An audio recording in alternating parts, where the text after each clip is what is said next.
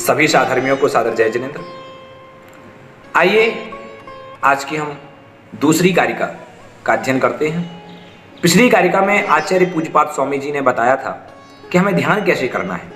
आत्मा में स्थित होकर के आत्मा के द्वारा आत्मा का ध्यान करना है। कैसे? मन को संयमित करके, इंद्रियों को संयमित करके और मन की एकाग्रता पूर्वक हमें ये ध्यान करने की बात बताई थी, तभी हम आत्मा का ध्यान कर सकते हैं। अब अगली कारिका में आचार्य भगवान क्या कह रहे हैं, तो आइए हम समझते हैं। दोनों हाथों को जोड़ें और कारिका का उच्चारण करते हैं। अज्ञानोपास्तिरज्ञानम ज्ञानम ज्ञानीशमाश्रयः ददाति यत्तु यस्यास्ति सुप्रसिद्धमिदं वचः सुप्रसिद्धमिदं वचः। आइए एक एक शब्द से अर्थ को देखते हैं। यहाँ आचार्य भगवान कह रहे हैं, जिसके पास जो होता है वह उसी का दान देता है। अज्ञानोपास्तिर अज्ञानम ज्ञानम ज्ञानी समाश्रय। क्या कह रहे हैं?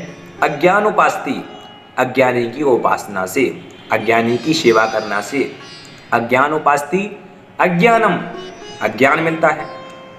ज्ञानम ज्ञानी समाश्रय, और ज्ञानम यानी ज्ञान ज्ञानी समाश्रय, ज्ञानियों की उपासना से।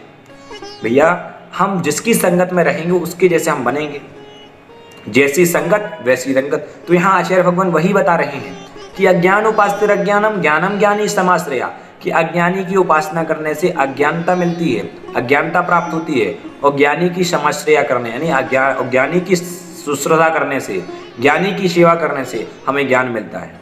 क्योंकि ददाति यत्तु यस्यास्ति, ददाति यानी देता है, यत्तु अस्ति जो होता है, ददाति यत्तु यस्यास्ति, यस्य यानी जिसके पास, क्योंकि जिस व्यक्ति के पास जो होता है वो वही देगा। ददाति यत्तु यस्यास्ति सुप्रसिद्धमिदं वचः, यह तो सुप्रसिद्ध अच्छी तरह से प्रसिद्ध है, यह वाक्य अच्छी तरह से प्रसिद्ध है कि जिसके पास जो होता है वो वही देता है।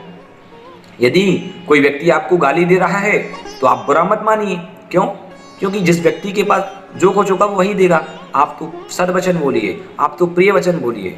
हमें प्रिय वचन बोलना चाहिए, क्योंकि हम तो कैसे हैं? ज्ञानी पुरुष हैं। हम कैसे हैं? हम तो संस्कारी हैं। जो संस्कारी नहीं होते हैं वो गाली देते हैं, और जो संस्कारी होते हैं वो गाली नहीं देते, क्योंकि उनके पास गाली है ही नहीं। तो हमें क्या करना है अपने जीवन में? हमें अज्ञानियों की उपासना नहीं, हमें मूर्ख लोगों की नहीं, बुरी संगति नहीं करनी है। हमें क्या करनी है? अच्छी संगति करनी है।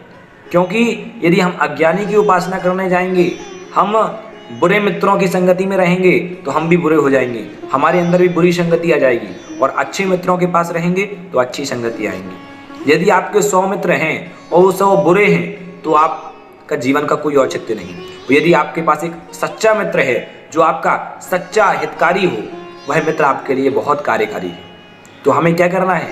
अपने जीवन में अज्ञानियों की उपासना नहीं, ज्ञानी की उपासना करनी है। अज्ञान उपास्तिर अज्ञानम, अज्ञानी की उपासना करने से अज्ञानम अज्ञानता मिलती है। ज्ञानम ज्ञानी समाश्रया, और ज्ञानम यानी ज्ञान प्राप्त होता है।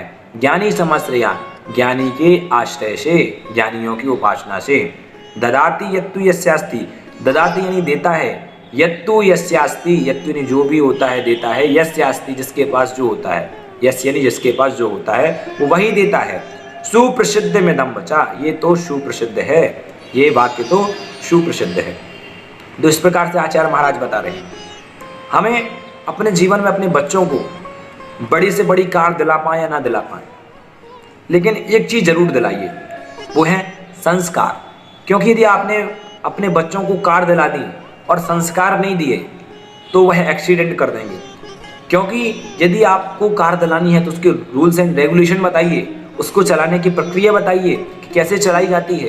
क्योंकि यदि चलाना नहीं सिखाया तो क्या करेगा? एक्सीडेंट कर देगा। उसी प्रकार इस जीवन रूपी गाड़ी को चलाने के लिए संस्कार रूपी पेट्रोल की बहुत आवश्यकता है। तो हमें क्या करना है? संस्कार को डालना है। यदि हमने संस्कार नहीं डाले व्यक्ति अपने पुत्र के जीवन में, तो फिर आप कामना करना व्यर्थ है कि आपको वह बुढ़ापे में सहारा बनेगा। क्योंकि हमें अपने जीवन में अपने बच्चे को संस्कार जरूर करना है, अपने अंदर संस्कार जरूर लाने हैं। हमें जैन धर्म के संस्कार जरूर डालने हैं। क्योंकि यदि आज हमने संस्कार नहीं डाले तो कल के दिन उसमें विकृति उत्पन्न हो जाएंगी। तो ध्यान रखिए, अज्ञानी की उपासना करनी है। किसकी? अज्ञानी की नहीं, ज्ञानी की उपासना करनी है, अज्ञानी की उपासना नहीं करनी है। तो हम क्या करें? ज्ञानी की उपासना करें, अज्ञानी की उपासना ना करें, क्योंकि जिसके पास जो होता है वो वही देता है। इसलिए हमें देव शास्त्र गुरु के हमेशा समीप में रहना चाहिए। कोई भी गुरु आए उनके पास जाकर के अच्छी अच्छी बातों को ग्रहण करना चाहिए और अपने जीवन में उतारने का पुरुषार्थ करना चाहिए, तब जाकर के हमारा जीवन ये सफल बनेगा। अन्यथा हम तो जैसे आए थे वैसे ही चले जाएंगे। इसलिए जीवन में कुछ कमा करके जाइए, कुछ पुण्य लेकर के जाइए और किसकी? देवशास्त्र गुरु की सेवा शुश्रूषा करिए, अज्ञानियों के पास मत जाइए। आइए तो आज हम कुछ प्रश्न आपके सामने रखते हैं। पहला क्वेश्चन आपका ये है कि किसने की उपासना करने से हमें क्या प्राप्त होता है? फिर से सुन लीजिए, किसकी उपासना करने से हमें क्या प्राप्त होता है? किसकी, दूसरा क्वेश्चन, किसकी एकाग्रता से हमें आत्म ध्यान करना चाहिए? किसकी एकाग्रता से हमें आत्म ध्यान करना चाहिए? और तीसरा प्रश्न आपके सामने ये रहा कि हमें अपने जीवन में कौन से कार्य की आवश्यकता पड़ती है? हर व्यक्ति को अपने जीवन में किस कार्य की बहुत आवश्यकता है? तो बताइए, इन तीनों का आंसर आप कमेंट के माध्यम से दीजिए और जो भी ऑप्शन है उसको सिलेक्ट करें। और सभी लोग अपने घर पर स्वस्थ रहें, स्वच्छ रहें, लॉकडाउन का पालन रहें, अपने भारत को स्वस्थ बनाएं, अपने आप को स्वस्थ रखें और स्वाध्याय में अभ्यस्त रहें। सभी लोगों को सादर